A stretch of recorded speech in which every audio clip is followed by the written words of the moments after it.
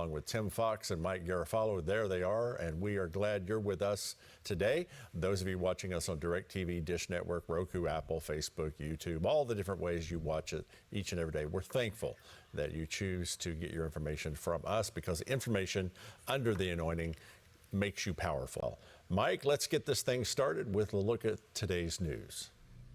You got it, Greg. A big comeback for former President Donald Trump on Sunday afternoon in Orlando. The former commander-in-chief started his CPAC speech by saying something most conservatives were likely thinking.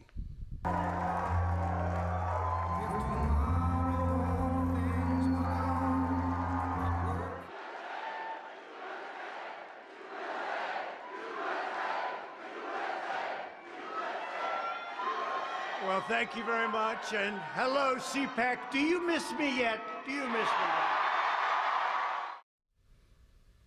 yet? The former president then proceeded to cover a lot of ground in his 1 hour plus address. I stand before you today to declare that the incredible journey we begun together, we went through a journey like nobody else. There's never been a journey like it. There's never been a journey so successful.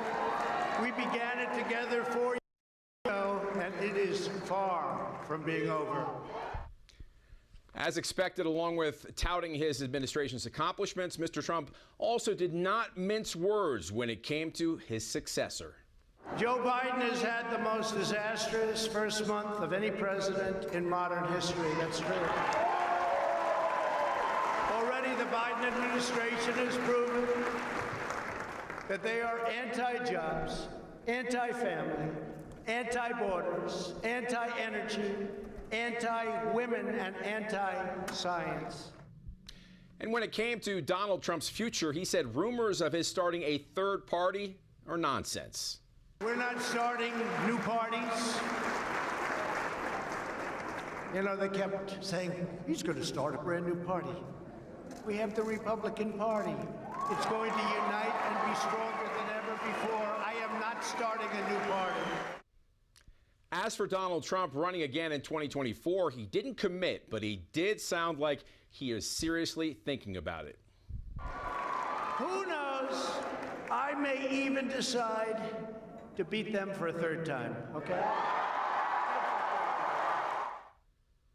Here's a little more of what the former president had to say during his address.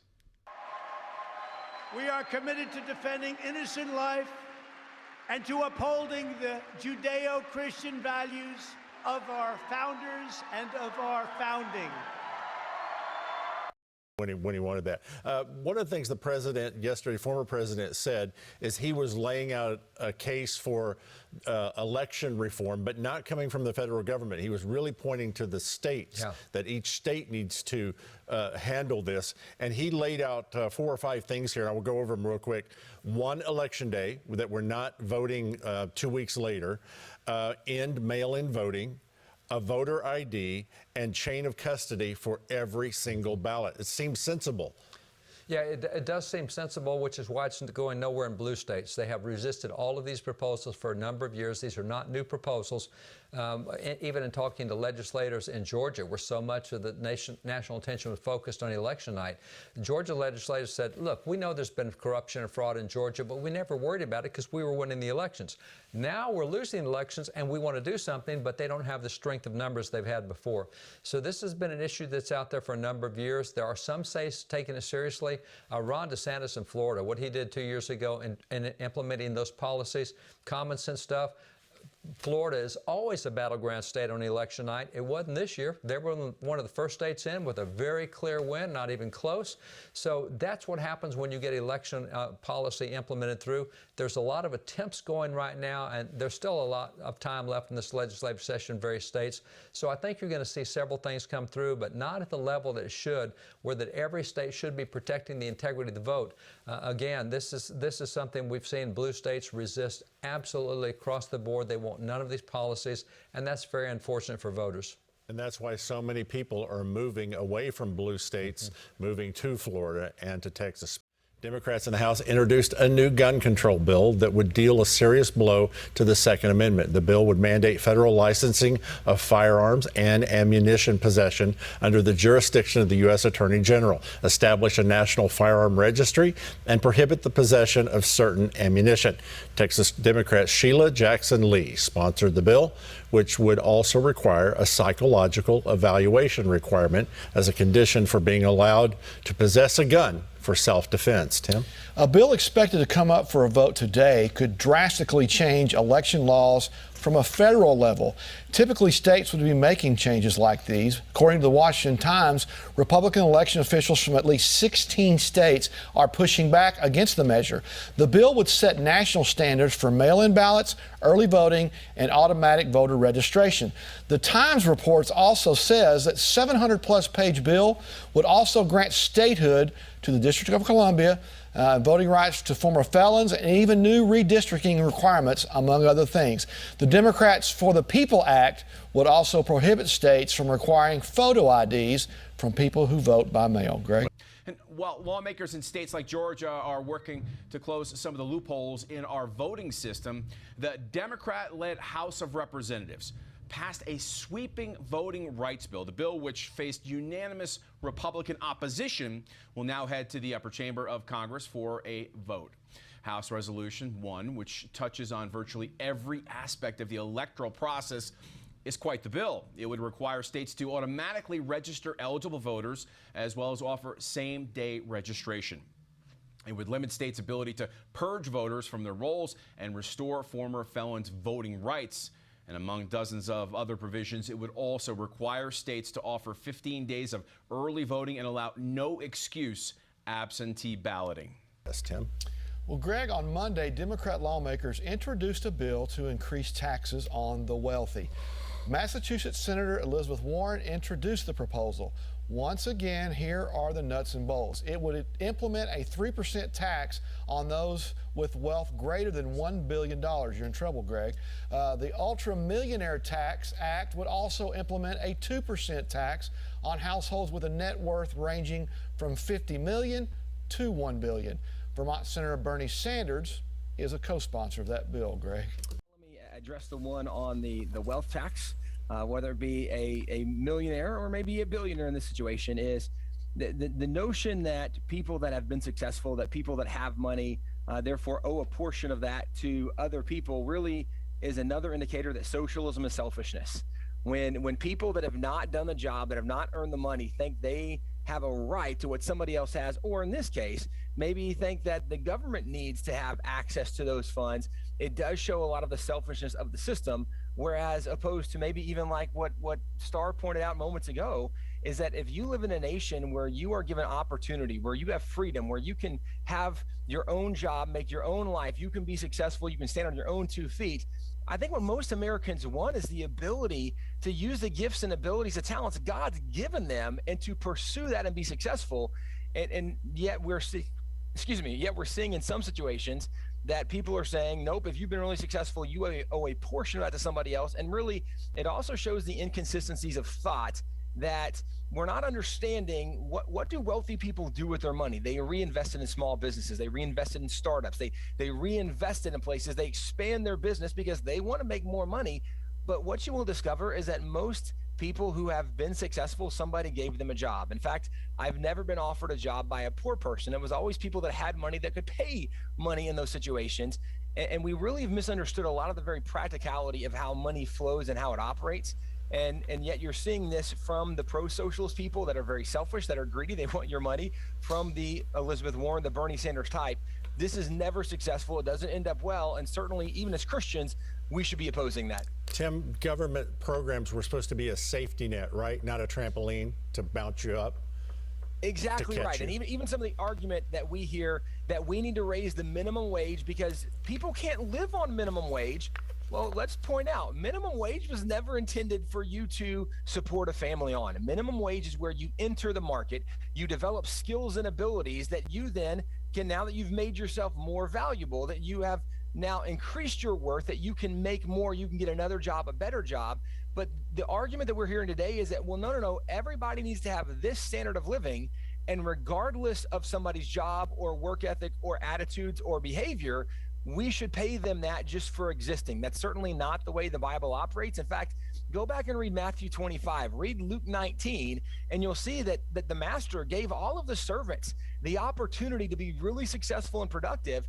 But there were some people who weren't very productive. What you will notice is the master did not speak highly of the people who were lazy, who were slothful, who didn't use the abilities God gave them, but the ones who were very responsible, who worked very hard using the gifts, the talents, and abilities that God gave them, and the ones who were productive were rewarded.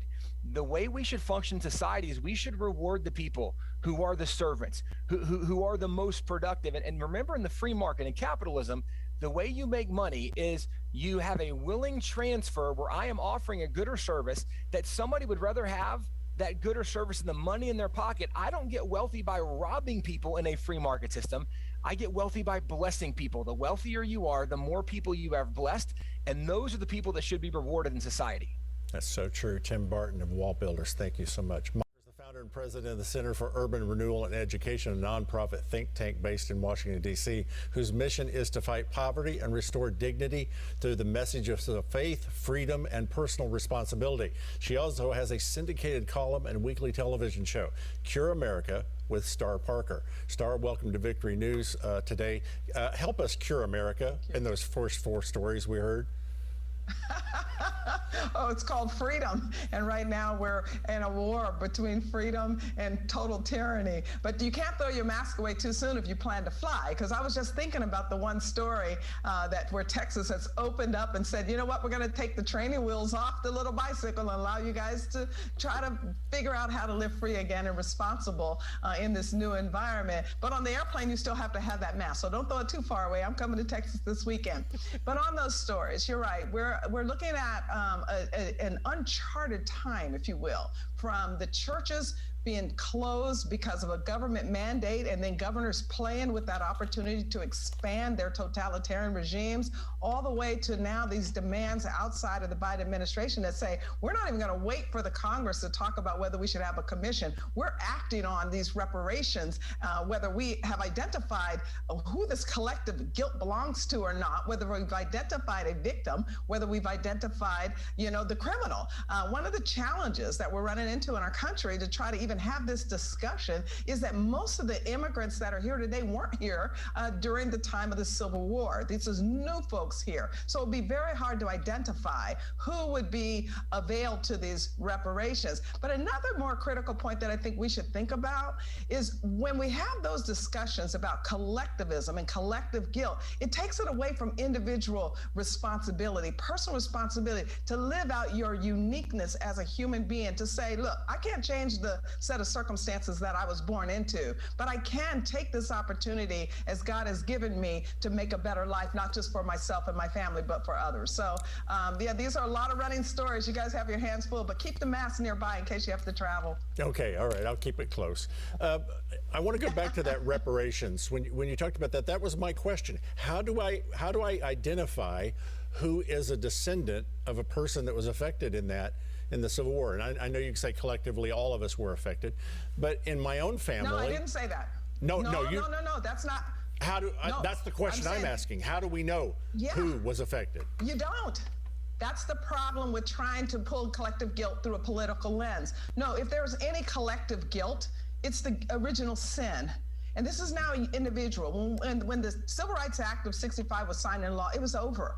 It was a fulfillment of a long struggle for African Americans here in this country through slavery, through Jim Crow, and now to a point that go live free. It's almost what happened with Joshua and Caleb. Remember when Joshua and Caleb, they went in, they said, hey, this is a beautiful place. But the others said, no, we have to hold on to the grievances. We don't know what to do. This was not a question of whether they should have gone in. This was a question of how do you now navigate your life in this situation that we have in front of us. So for us to try to reduce it to which one should get in which line, that is not going to work at all, especially with the diversity of our country. We are pretty mixed up by now. Yeah, you're absolutely right. I have a grandfather named Alfred Ross. He fought for the Union and died in that conflict. I was wondering if any of my family gets anything for him fighting on the right side. Now, don't get in the welfare line. If we're going to have a discussion about those that are entrenched in our most difficult zip codes, those that by no fault of their own are finding themselves through political manipulation more often than not, trapped in failing neighborhoods, trapped in failing schools, there are some things that can be remedied. That's what we work on here at the Center for Urban Renewal and Education. Those ideas to help people navigate through their lives and from government dependency into wholeness. And one of the ideas that's been on the table for a long time is personal responsibility with retirement accounts, allowing for money to follow people to an IRA instead of sending it to the IRS when it comes to your retirement savings. If you own Wall Street, you're not going to hate Wall Street. You're not going to burn down capitalism. You're going to participate. You're going to feel as if you have a stake in the future of this country. So there are things that we can talk about, but we can't put it in the racial categories, because when you think about especially African-American journey, we should be celebrating. For the first time in the history of the country, we have more Black people in this country making over $75,000 a year than make under $25,000 a year. This is a big deal when it comes to our country being able to move from original sin and saying that we can correct ourselves. As de Tocqueville has pointed out, the one beautiful thing about America is we correct ourselves when we have opportunity to acknowledge our wrong. And I think that in the area of slavery, we've done that. Absolutely true. Thank you for pointing that out. We're going to bring you back here. It's natural that questions are starting to be asked now that Joe Biden has set a modern-day record when it comes to the number of consecutive days for a president to not hold a press conference. As the Daily Wire is reporting, even CNN is calling out Joe Biden, saying his 15 predecessors over the last 100 years have all held a formal solo press conference within 33 days. The Wire report even refers to RNC chairwoman Ronna McDaniel as saying it's been 42 days and Joe Biden still refuses to hold a press conference. Why is he so afraid of answering questions? It also mentions White House Press Secretary Jen Psaki is saying there are no plans for Joe Biden to hold his first press conference. Some might be referring to this next relief bill as COVID-19 relief, but in reality, COVID shouldn't be part of the headline. The $1.9 trillion monstrosity passed by the House on Saturday appears to be the second coming of Nancy Pelosi's Democratic wish list. House Minority Leader Kevin McCarthy appeared on Fox News on Sunday and discussed the fact that only about 9% of the money in the bill is going to COVID relief. Just unbelievable. This thing is just so corrupt, so costly, and you look at it, it's just so liberal. Think about it for one moment. Only less than 9%. We have done 5 other COVID bills, and every single one of those was bipartisan. The Biden administration has become the most partisan administration in modern history. Think for one moment, we still have $1 trillion sitting out there that has to be appropriated, sent to the economy. The money in this bill for schools, 95% of it won't even go out this fiscal year. 2/3 of it won't go out to 2023. I mean, the real focus here should putting people back to work, back to school, and back to health. This bill does not do it. And the irony here is Nancy Pelosi, when it came public that she put in $112 million for a subway project that has failed just outside of her district in Silicon Valley, in the dead of night right before, she added more money to it. It's up to $140 million. What we did, we tried to redirect the money. We put an amendment up to say, let's take that $140 million, apply it to parents to be able to use it for their children's mental health. With kids being out of school, 3 million of them more for the last year, we find depression, suicide, anxiety. In my own district, I'm finding the D's and F's are continuing to go forward. We could redirect that money to be spent there. Every single Democrat voted no on that. The measure now goes on to the Senate. In order for the measure to make it to Joe Biden's desk, all 50 senators who traditionally vote Democrat would have to do so, and that's if the Democrats try to pass the measure using the budget reconciliation process, where they would only need a simple majority. At last check, 2 Democrat senators were having issues with some things in that bill, so we will see how that plays out. And one, not surprisingly, is moderate Joe Manchin of West Virginia. America uncanceled. It seems that the Supreme Court keeps canceling cases that seems to be in their jurisdiction as they come before him. And he was pretty harsh with them yesterday. Your thoughts? Yeah, it's not that the case is just, it seemed to be in the jurisdiction. They are in the jurisdiction. Explicit language in the Constitution. Some of the cases were filed because the language of the Constitution makes that a straight to the Supreme Court issue.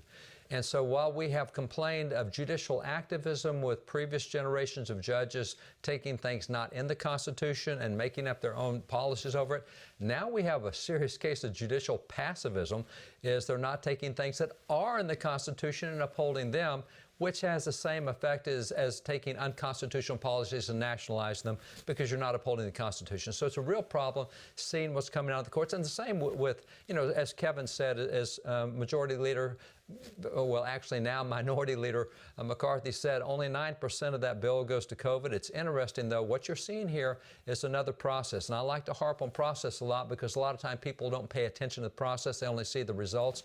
The Bible tells us in 1 Timothy that you don't get crowned unless you run according to the rules. You have to know the rules. And Democrats have gone years, and they have not proposed a federal budget. And the reason is they get to a government shutdown, and then they put everything in it that they want. So the things that they are getting done here, that subway thing he said for Santa Clara County, that never would have been done if it had gone straight to a vote on the floor with either Democrats or Republicans. But if you stick it in the COVID relief bill, it's going to get done. They put more money into Obamacare. They put more money in education. They're putting more money into the National Endowment of the Arts, putting more money into illegal immigrants, things that would not stand if they were to vote on them in a real budget. So this is what they've done for years. They wait till you have a government shutdown and they pile all their stuff in it. We had, for example, so many things like even hate crime laws. That didn't go through a judiciary bill. That went through a spending bill. How do you get a judicial issue like hate crime laws added to a spending bill? They knew they couldn't get it any other way. So they're using the process in a way that perverts the process, and that's very unfortunate. But don't look for any budget coming out of Democrats in the next 4 years. They'll just keep waiting until government shuts down, and they'll get all their wish list in there. And then people say, well, we can't have the government shut down. We got to pass this bill. And that's how you're going to get all these big programs added in. It won't be through the Congress itself. Right. That's where Ronald Reagan always asked for that line item veto. That's right. When he wanted that. One of the things the president yesterday, former president, said is he was laying out a case for election reform, but not coming from the federal government. He was really pointing to the state. The most troubling to me of all those stories Mike just covered for us is this H.R. 1, where it's basically 0 Republicans, 100% of Democrats because they're in control. And every single mail thing that worked that the conservatives complained about, we want to trump all 50 states in the federalized elections in violation of the Constitution, which says the state legislatures are the ones that should be doing this. It's an absolute overreach. Yeah, it is. So can states go in now then, John, and make their own laws? Or will it be after the fact if they do it, it's too late? Or what happens? Greg, that's a great point, and I'm glad you bring that up because a lot of people don't understand the urgency of this. 28 different states that have Republican legislatures are already doing over 100 to 200 different measures. If they don't get them through and this goes through the Senate, the president will sign it. The House has passed it, but the Senate is the only safeguard to try to slow this down and stop this, and that's where those couple of centrist Democrats, if you will, we got 1, maybe 2 of those, could slow down the filibuster issue. That's the only way this could slow down or stop. So it's a good point you bring up. So states are scrambling. You need to call your state legislatures, state rep, a state senator, and tell them to stand up for your state by the Constitution and just require basic common sense. Citizens to vote, signature requirements, let the state decide what happens there. People confidence in the elections. It has to happen at the state level. And our country is not a democracy, what they keep calling it. It's a republic. We elect people. It's controlled at the local level the best and most efficiently. And so if you do that and we elect people, we get a chance to hold them accountable, but you can't do that without transparency. Yeah, unity is part of our name, United States. And anytime you get people united, God shows up. And that's scriptural. Tony Perkins, Greg Stevens here. Speaking about laws not based upon fact, I want to pivot now to HB 1, the election bill that's going through Congress, and I want to get your thoughts on that. Yeah, Greg, this is another far-reaching piece of legislation. This was Nancy Pelosi's #1 priority, and what it would do is that it would usurp the authority of the states to oversee their elections. Now, let's go back to what happened in November. What turned the election were constitutional irregularities, where individuals, elected individuals like Secretary of States in Pennsylvania, other states, unilaterally changed the laws or the procedures for voting for which they did not have constitutional authority to do. And so what has happened is the states now have gone back, and we have about, I think it changes by the day as the state legislatures are now in session, but over 150 laws or measures have been introduced that are pending before state legislatures to reform election system. That's a good thing. Now, what Congress is doing under Nancy Pelosi and Chuck Schumer's leadership are moving very quickly to essentially cut these state legislatures off at the pass and codify into law the irregularities that took place in the November election. This is not unlike what happened in California when they gained a supermajority about 6 years ago, and they moved to change their election laws so that they could preserve that majority going forward. That's why we saw in 2018 ballot harvesting out there. That would actually be legal under this proposal, HR 1, also nullifying ID laws that in my home state of Louisiana, after we had voter fraud back in the 90s, we changed and we required voter ID, and we've pretty much eliminated voter fraud. It also would no excuse absentee balloting. That's another place that is wrought for irregularities and fraud. So this is a horrible piece of legislation, all designed to try to preserve what the Democrats gained in the last election. You know, I agree with Tony. The real good news, the silver lining in the dark cloud of the federal overreach, is the states can rise up and push back under the 10th Amendment to hold on to the Constitution, First Amendment, Second Amendment, all the way through the Bill of Rights. Well, the controversial Equality Act passed the House last week by a vote of 224 to 206. Listen to Republican Congressman Greg Steube of Florida making remarks on the House floor in opposition of this measure. In his wisdom, God intentionally made each individual uniquely either male or female. When men or women claim to be able to choose their own sexual identity, they are making a statement that God did not know what he was doing when he created them. I'm going to quote directly from Dr. Tony Evans' commentary Bible on this passage of Scripture. Men and women equally share in bearing the image of God, but he has designed them to be distinct from and complementary toward one another. The gender confusion that exists in our culture today is a clear rejection of God's good design. Whenever a nation's laws no longer reflect the standards of God, that nation is in rebellion against him and will inevitably bear the consequences. And I think we are seeing the consequences of rejecting God here in our country today. And this bill speaks directly against what is laid out in Scripture. Our government, through this bill, is going to redefine what a woman is and what a man is. It can be anyone who identifies in that gender. Mr. Steube, what any religious tradition ascribes as God's will is no concern of this Congress. Once again, that was Congressman Greg Steube of Florida. Now, the last person to talk was Congressman Jerry Nadler, a Democrat from New York, saying God's will is of no concern to this Congress.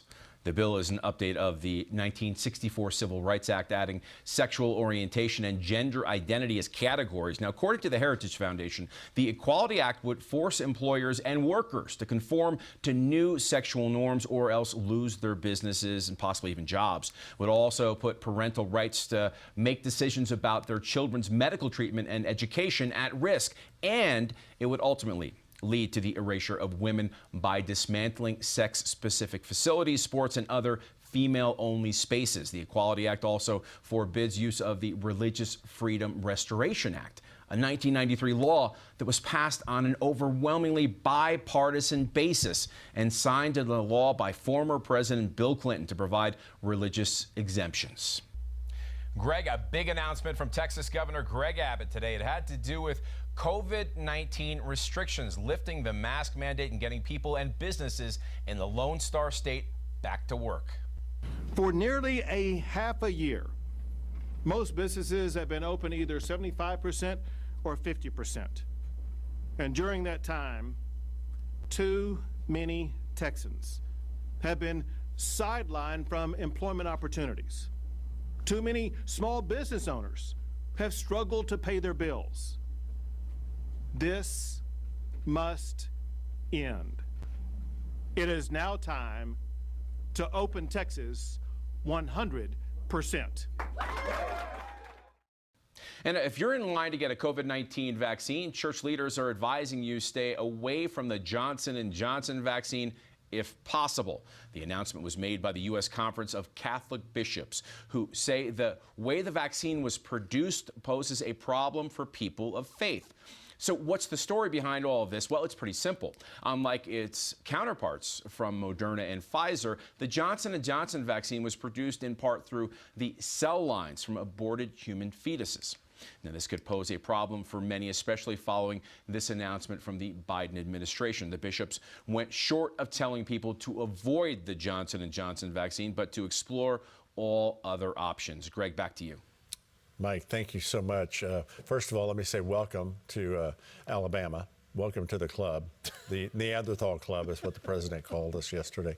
I want to bring John Graves in here, a Victory News contributor. John, that whole thing with Johnson & Johnson, I liked the fact that it was one injection, but now this revelation, does that change things for a believer? I think for people, I think for people of faith, it absolutely does. When you're taking the aborted fetus of a baby that obviously is being murdered, his life is being ended prematurely, and you're using that to put it in, it's all kinds of problems, but morally among it. I like the way you said it the other day, the way even these Catholic bishops just said it.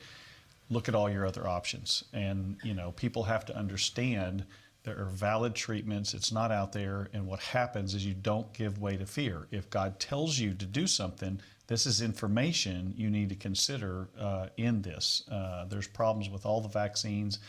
You just need to do your own research. And so it's a difficult decision, but when you're taking fetus cells of an aborted baby, that's when it changes things to me. Okay, so let me go back to what you referenced it, so I want to go back to that. What we've officially said here on the news at Victory, our stand is we won't shame you for wearing a mask, not wearing a mask. If you want to wear a mask, wear a mask. If you don't want to wear it, don't wear it. If you want to get the vaccine, we're not telling you to get a vaccine. We're not endorsing vaccines. If you want to get it, get it. If you don't want to get it, we're not going to shame you for that as well. That's the way we believe here. Yeah, it's really what you said the other day. It's really the priesthood of the believers. Believers can make their own decisions. They can hear God. They can read the Word. We're not relying on someone else to tell us what to do. That's the problem in the current culture is too many people are defaulting. It's kind of a lazy approach, and some of it's a fear-based approach. Let the government be God. Let the government tell you what to do. And what we're saying to people is you need to go hear God. Do some of your own research. Even masks. You did the story with Mike on the mask mandates that are now all of a sudden lifting, and everyone keeps assuming a false security or a false safety in these masks, and the evidence doesn't support it. Go do your own research. Look at all the states that didn't do mask mandates, haven't had them for a year, and they're doing better than all the states that had them. And so be careful what your trust is in, whether it's a vaccine, a mask, or not doing it, or whatever. You need to be sensitive to what God's telling you to do. Absolutely true. Your faith has got to be in God and not in man or not in the government or anything else. All right. On to that. If you went to the Democratic convention, I will tell you there's some good news on the story you just covered with big tech.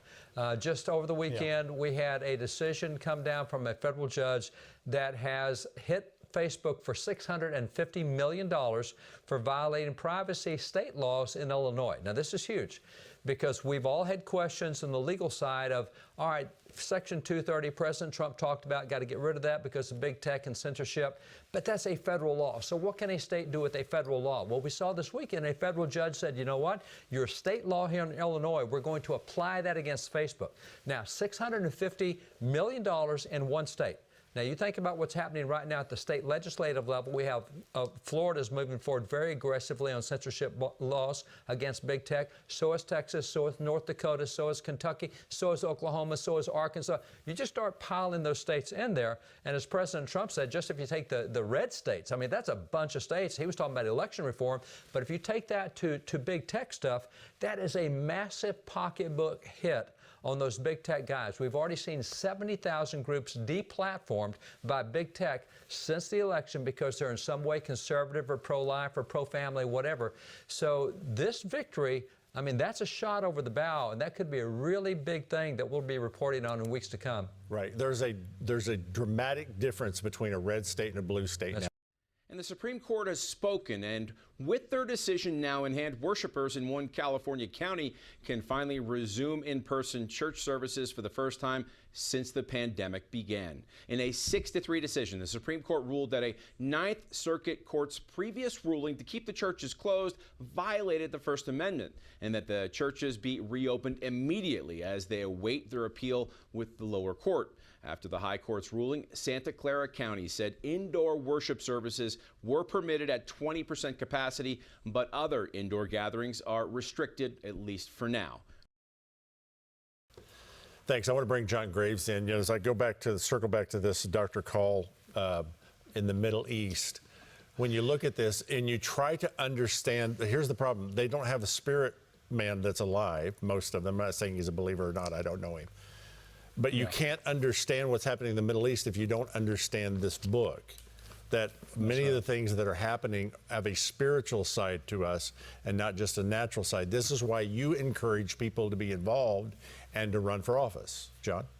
Exactly. And to me, I love the analogy you used the other day that the former president, President Trump, was like one of the judges or prophets in the Old Testament. He was rough around the edges, but he was a bold leader. Look at all those stories. 5 presidents, Democrats and Republicans, the last 5 promised to move the embassy to Jerusalem, and they all backed out of their promise, and no one held them account. Trump was the only one who did it, and everyone, including this Dr. Cal, was like, oh, it's going to lead to war. It's going to be war. It was a historic Mideast peace treaty after peace treaty after peace treaty no one wants to talk about. That's bold leadership. And the people watching us today, you could be one of those citizen legislatures. Maybe it's your school board, city council, state house, go get involved and have bold leadership. Do what God tells you to do. You don't have to be rough around the edges, okay? You don't have to send nasty tweets, but you can still get out there and lead and do the right thing, and you can be the change agent. Yeah, it wasn't he decided to move the embassy or they didn't move it. It was a law passed by Congress that the embassy would be, I think it's the Jerusalem Embassy Act, would be in Jerusalem, not Tel Aviv. And no one would follow the law because the State Department largely said, you're going to start World War III. And it didn't happen. Instead, we got record deals. And remember in Proverbs, I love the scripture where people who get timid, there's a lion in the street, there's a lion in the street. Or he, in Ecclesiastes I think it is, he who watches the wind does not sow. If you're looking for the fearful thing and what might go wrong, you don't do what's the right thing to do. We as believers just do the right thing and we leave the consequences up to God. That's what we have to do. And so that's what people need to begin to work through. All of these stories, there's what's perceived to be, and then there's what's happening underneath. And that's what believers are called to see. Like Jesus, he didn't make a judgment by the seeing of his eye or the hearing of his ear. He made right judgments. He had discernment. And that's what we need to be praying for, especially in these times. John, I don't think I could have said it better. And that's really what it boils down to. This is what faith is all about. We have faith in Jesus that he's going to take care of us. And when has he never done that, John? When has he never done it? Yeah, exactly. And sometimes, now remember, sometimes that faith means we go through hard times. Sometimes the church is at its finest hour in difficult times. There have been difficult times all the way through the history, the biblical history, and in our own history. The issue is God's not afraid to allow us to suffer, to go through difficult regimes or governments or whatever, but the body of Christ is the one who has the answer for the world. We don't need to cower. We don't need to bow down. We don't need to just give away all of our freedoms and rights. This nation was founded on that, and we need to be the people that stand and make sure we hold on to what we have and begin to turn things around. So very true. I always say, tell your friends about victory. Well, tell your enemies about victory and watch God make them your friends. It'll change everything. We appreciate you guys so much. Thank you for watching us here at Victory and being a part of what we're doing. Keep the faith and know that Jesus is still on the throne and he is still Lord. All right. God bless. God bless. Have a great day.